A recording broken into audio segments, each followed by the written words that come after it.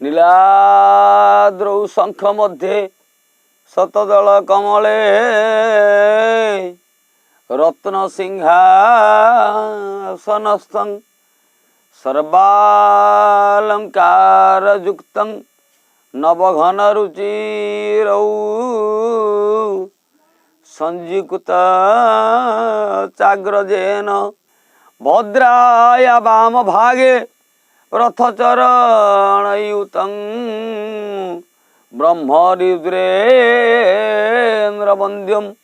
वेदानां सारमिशं स्वजन परिवृतौ ब्रह्मदारु स्मरामि हरिदारु ब्रह्म स्मरामि। अकृतकर्ता अदृष्ट द्रष्टा अव्यक्त वक्ता जी होउछन्ति अशरण शरण जी होउछन्ति असीमरे ससीम से जगतर नाथ जगन्नाथ महाप्रभु जहाँ चरण तले अनंत कोटि दंडवत तांकर होउछि रथ यात्रा। गुंडीचा ख्यांग इति क्षत्र गुंडीचा एटा होउछि ख्याति गुंडीचा तांकर ख्यात यात्रा। ये गुंडीचा की ख्यात यात्रा जोटी महाप्रभु कहते यहीटा हूँ मो मार यात्रा यहीटा हूँ मो बापार यात्रा यहीटा हूँ पवित्र यात्रा यहीटा हूँ पुण्य यात्रा। आज महाप्रभु यात्रा कले ओडिया घरे घरे उत्फुल्लित हेले किंतु बड़ आश्चर्यर कथा जी बड़ दाण्डे थिले तांको घर आगे ठिया होगी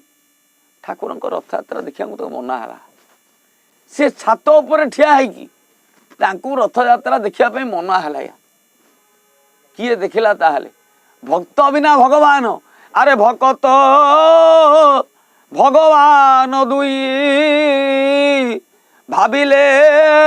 भिन्न भिन्न नाही। प्रभु तमे बाहर को आसी कहीं आसी भक्त को देखा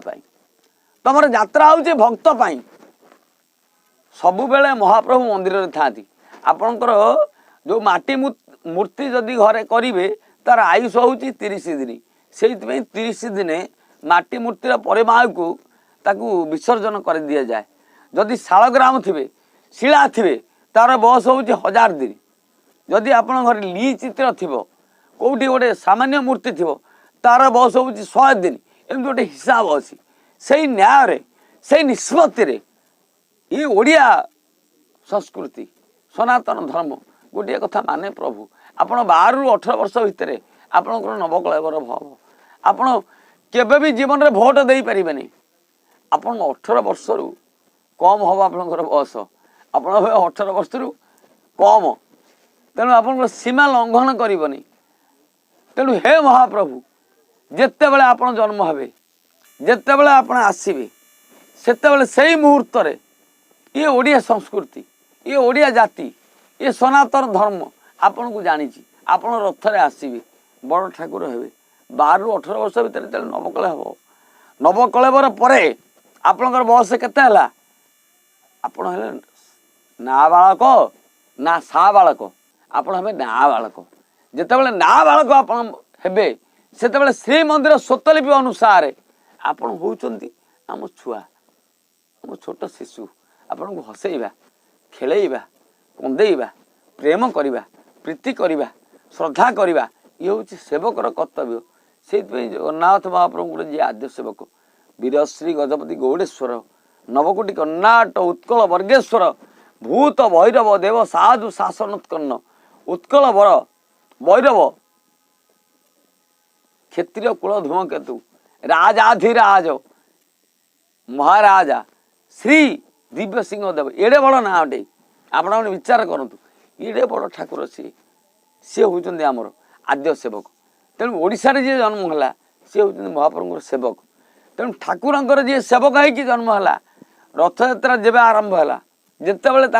ये जो पवित्र दिव्य कर्मशाला आरंभ है आम हो सेवक प्रेम प्रीति श्रद्धा साधना